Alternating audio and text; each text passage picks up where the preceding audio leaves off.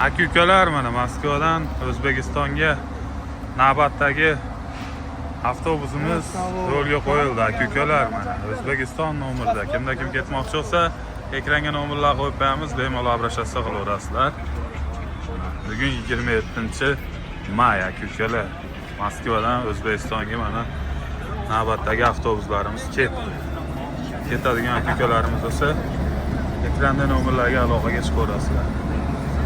Chotki. Kansanerlar ishlayaptimi aka, kansanerlar? Zaryadchilar ishlayaptimi? Chotkimi?